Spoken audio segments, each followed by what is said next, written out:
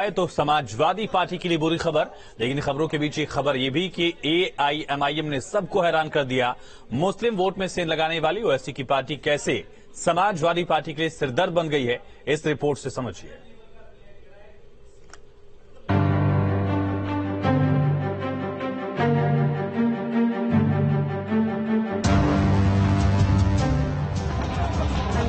निकाय चुनाव के नतीजे यूपी में अपनी सियासी जमीन तलाश रहे हैदराबाद वाले ओवैसी भाईजान को खुश कर गए होंगे। वैसे तो चुनाव के बाद बीजेपी का भगवा परचम बुलंद हुआ, लेकिन ओवैसी के सिपाही एआईएमआईएम झंडे तले कुछ ऐसा कर गए जिसका अंदाजा शायद खुद बैरिस्टर साहब को नहीं होगा। बीते कई चुनावों से उत्तर प्रदेश में अपना पैर जमाने की कोशिश में जुटी एमआईएम ने अपने प्रदर्शन से निकाय चुनाव में सबको चौंकाया है। निकाय चुनाव में एमआईएम कितनी कामयाब हुई, इस बात का अंदाजा लगाइए कि नगर पालिका परिषद की 3 सीटों पर एआईएमआईएम उम्मीदवार जीते हैं। 2 नगर पंचायत सीट भी एआईएमआईएम के खाते में गई। तमाम वार्ड में भी एआईएमआईएम उम्मीदवारों ने जीत हासिल की और कई मुस्लिम बाहुल आबादी वाली सीटों पर भी ओवैसी की पार्टी ने कड़ी टक्कर दी है। नगर निकाय चुनाव के जो नतीजे आए वो मजलिस इत्तेहादुल मुस्लिमीन के लिए बड़े ही हौसला अफजा रहे हैं। मेरठ की मेयर सीट पर एक वक्त के लिए एआईएमआईएम ने लगभग समीकरण बदल दिए थे, जिसका सीधा झटका समाजवादी पार्टी को लगा। अब भले ही ओवैसी को समाजवादी पार्टी हल्के में ले रही हो, लेकिन एआईएमआईएम के सिपाहियों ने समाजवादी पार्टी की वोट बैंक में सेंध तो लगा दी है। आजम खान का प्रकरण है और तमाम सारे अन्य प्रकरण भी हैं, जहां पर अखिलेश यादव द्वारा कोई सीधा डायरेक्ट स्टैंड न लिए जाने से मुस्लिम वर्ग में नाराजगी थी। इससे मुस्लिम वर्ग में अपने प्रतिनिधि के तौर पर एक अपनी पार्टी बनाने का जो एक विचार था, जो कि काफी समय से चलता आ रहा था, उसको फिर से बल मिला है।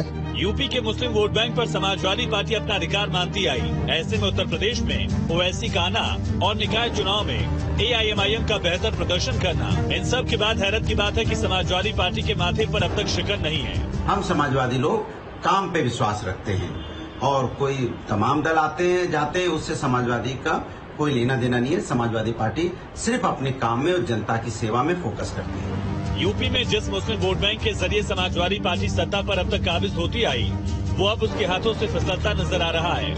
एक तरफ वोट में एआईएमआईएम की सेंधमारी के बाद एसपी को मिलने वाले वोट कटे हैं, तो दूसरी तरफ बीजेपी भी मुस्लिम मतदाताओं में अपनी पकड़ मजबूत कर रही है। जिस मुसलमानों को लगातार छला गया, उनको पीछे रखा गया, उसको भारतीय जनता पार्टी ने पूछा, हम उनके बीच पहुंचे, आज वो भारतीय जनता पार्टी के साथ है। यूपी में ओवैसी ने किस्मत आजमाने की कोशिश तो पहले भी की, विधानसभा चुनाव में भी दावेदारों को उतारा। उस वक्त भले ही भाईजान की बात नहीं बनी, लेकिन निकाय चुनाव के नतीजे ओवैसी के हाथों को मजबूत कर गए हैं। इसका फायदा किसी को भी हो, घाटा आने वाले वक्त में समाजवादी पार्टी को झेलना पड़ सकता है।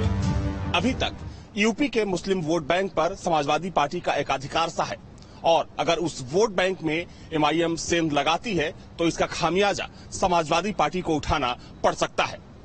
वीडियो जर्नलिस्ट समर सिंह के साथ अविनाश सिंह, न्यूज स्टेट लखनऊ। और जालौन से बड़ी खबर है, आचार्य प्रमोद कृष्णम का बड़ा बयान। कर्नाटक में बीजेपी की हार पर तंज कसा, कहा बजरंग दल हार गया, बजरंग बली की जीत हुई है। बजरंग बली की कृपा से कांग्रेस जीती है। 2024 में कांग्रेस की लहर आएगी। अगला चुनाव कांग्रेस और बीजेपी के बीच होगा, ये दावा जालौन में कांग्रेस के नेता और कल की पीठाधीश्वर प्रमोद कृष्णम का है। वो इस बात का प्रमाण है कि बजरंग दल हार गया और बजरंग बली जी जीत गए। बजरंग दल उनके साथ और बजरंग बली जी की कृपा हमारे साथ है। निकाय चुनाव में समाजवादी पार्टी को जिम्मा दिया गया था कि बीजेपी से लड़े, वो फेल हो गई है। अगला चुनाव कांग्रेस और भाजपा का होगा। वहीं हमीरपुर में पुलिस टीम पर फायरिंग का मामला है। बदमाशों को पकड़ने गई थी पुलिस और चौकी इंचार्ज के हाथ में गोली लग गई है। फायरिंग का वीडियो भी वायरल हुआ था और वीडियो के आधार पर दबिश देने गई थी पुलिस। हमीरपुर में दबिश देकर बदमाशों को पकड़ने गई पुलिस टीम पर फायरिंग की गई है और बदमाशों की फायरिंग में एक सब इंस्पेक्टर घायल हो गए। चौकी इंचार्ज पतारा सुरेंद्र प्रताप यादव के हाथ में गोली लगी। दरअसल बदमाश का फायरिंग करते वीडियो वायरल हुआ था और उसी के आधार पर पुलिस दबिश देने गई थी। गोलीकांड के बाद वारदात वाली जगह फोर्स मौजूद है। बदमाश की तलाश में भी पुलिस टीम जुटी है और घायल पुलिसकर्मी का इलाज जारी है। गए थे पतारा गांव, वहीं पर मेरे कहीं बैठा था गोली तो मुझे तो बहुत दिया था, मौजूद है वहाँ, अकेला था। कौन था जिसका वायरल वीडियो हुआ था? संजय तो सोहा। गाजियाबाद के खोड़ा थाना क्षेत्र के मधु विहार इलाके में ब्यूटी पार्लर के अंदर धर्म परिवर्तन कराने का मामला सामने आया। जानकारी के मुताबिक शिकायतकर्ता महिला को उसके पड़ोस में ब्यूटी पार्लर चलाने वाली बबीता नाम की महिला ने अब्राहिम और रीबा से मिलवाया। अब्राहिम ने खुद को दिल्ली के एक चर्च में पादरी बताया और तीनों ने सुनीता को ब्यूटी पार्लर में होने वाली प्रार्थना में शामिल होने के लिए बुलाया और बहला फुसलाकर उसका धर्म परिवर्तन करने का प्रयास किया, लेकिन महिला ने तीनों को पुलिस के हवाले कर मुकदमा दर्ज करवा दिया। फिलहाल तीनों को पुलिस ने गिरफ्तार कर आगे कार्रवाई शुरू कर दी है। थाना खोड़ा पर वादिया अपने सहयोगी के साथ 3 व्यक्तियों को गिरफ्तारी हालत में लेकर आई। वादिया ने लिखित तहरीर देकर इन लोगों पर यह आरोप लगाया कि वादिया को अपने ब्यूटी पार्लर में बुलाकर बबीता द्वारा इन दोनों लोगों से परिचय करवाया गया और इनके धर्म परिवर्तन का प्रयास किया गया। संबंधित तहरीर के आधार पर मुकदमा पंजीकृत कर लिया गया है और वैधानिक कार्रवाई की गई है। अयोध्या में भव्य राम मंदिर का निर्माण कार्य युद्ध स्तर पर जारी है। मंदिर की छतों का काम अब शुरू हो चुका है। गर्भगृह के परिक्रमा पथ पर छत लगाने का काम 40% पूरा हो गया और इसी के साथ भव्य राम मंदिर का स्वरूप भी अब दिखने लगा है। देखिए,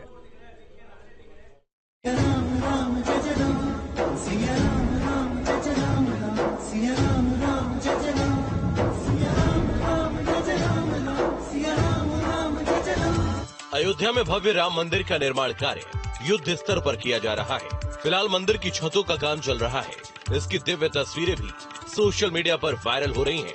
अयोध्या में राम जन्मभूमि में विराजमान रामलला की निर्माणाधीन भव्य मंदिर में गर्भगृह की परिक्रमा पथ में छत लगाने का काम 40% पूरा हो गया है और इसी के साथ भव्य राम मंदिर का स्वरूप भी दिखने लगा है। सोशल मीडिया पर मंदिर की छत के निर्माण कार्य की नई तस्वीरें काफी वायरल हो रही हैं। राम मंदिर की छत के निर्माण कार्य की तस्वीरें विश्व हिंदू परिषद के अंतर्राष्ट्रीय उपाध्यक्ष और श्री राम जन्मभूमि तीर्थ क्षेत्र के महासचिव चंपत राय के आधिकारिक ट्विटर हैंडल पर शेयर की गई हैं। तस्वीरों में देखा जा सकता है कि छत पर काफी बारीकी के साथ फूलों की नक्काशी उकेरी गई है और इन तस्वीरों को देखकर कहा जा सकता है कि राम मंदिर काफी भव्य बनने जा रहा है। मंदिर की नई तस्वीरें देखकर भक्तों की जिज्ञासा भी काफी बढ़ गई है। हर किसी को राम मंदिर के जल्द से जल्द पूरा होने का इंतजार है। वहीं गर्भगृह से अलग बूढ़ी मंडप के अंदर के हिस्से में भी सैंडस्टोन की खूबसूरत नक्काशीदार जालियां लगवाई गई हैं। ट्रस्ट के मुताबिक इस साल अक्टूबर तक राम मंदिर का प्रथम तल बनकर तैयार हो जाएगा और जनवरी 2024 में रामलला अपने भव्य दिव्य मंदिर में विराजमान हो जाएंगे। Team news state. और माफिया अतीक अहमद का वकील खान सौलत हनी पुलिस कस्टडी में। माफिया के सारे राज उगल रहा है। वकील खान सौलत ने खुलासा किया कि अतीक की हत्या के बाद विदेशों में खड़े किए गए अवैध साम्राज्य को लेकर जंग छिड़ी है। माफिया की दुबई में संपत्ति और बिजनेस को लेकर आरिफ एमबीए और सद्दाम के बीच जंग है। बता दें कि सद्दाम अतीक के भाई अशरफ का साला है, जबकि आरिफ एमबीए अतीक की कथित प्रेमिका शबाना का बेटा है। खबर यह है कि साबरमती जेल में रहते हुए अतीक अहमद ने विदेश की प्रॉपर्टी आरिफ एमबीए के नाम पर कर दी थी और पूछताछ में बात भी सामने आई कि अतीक ने दुबई में फ्लैट्स खरीदे थे। सौलत हनीफ ने बताया कि सद्दाम कई बार दुबई गया था। बरेली में उसके खिलाफ कई मामले दर्ज हैं और पुलिस ने सद्दाम पर 1 लाख रुपए का इनाम घोषित किया है। वहीं अगर विदेशी प्रॉपर्टी आरिफ एमबीए के नाम पर काम करने वाली बात सच निकलती है तो इसे शाइस्ता परवीन के लिए एक बड़ा झटका माना जाएगा।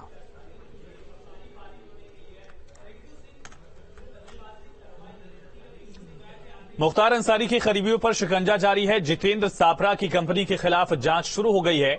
Mau organic export private limited company ED की जांच में से लेकर एक बड़ा खुलासा हुआ। कंपनी के असली संचालक मुख्तार के दोनों बेटे हैं और कंपनी के संचालकों में अब्बास अंसारी, उमर अंसारी का नाम जुड़ रहा है। जितेंद्र सापरा कंपनी का डायरेक्टर है। जितेंद्र के अलावा मोहम्मद दानिश भी डायरेक्टर है। संपत्तियों को चिन्हित करने की कार्रवाई में फिलहाल ईडी जुटी हुई है। पिछले 1 दशक से भी ज्यादा समय में अंसारी और उनके साथ के तमाम सारे लोगों ने एक जिले में नहीं बल्कि मैं तो कहूँगा पूरे प्रदेश में और प्रदेश के बाहर भी कई जगह अपना आपराधिक साम्राज्य फैला लिया था, जिसमें अवैध वसूली, रंगदारी, टेंडर और कॉन्ट्रैक्ट का पूरा खेल और इस तरह के तमाम सारे अवैध काम शामिल थे।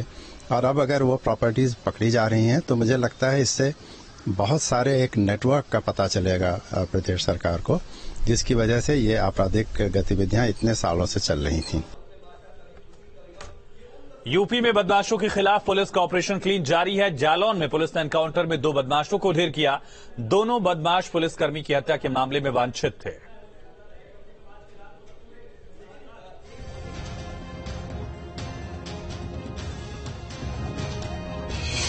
बाबा का दम, बदमाश बेदम, कानून का राज, अपराधी खल्लास।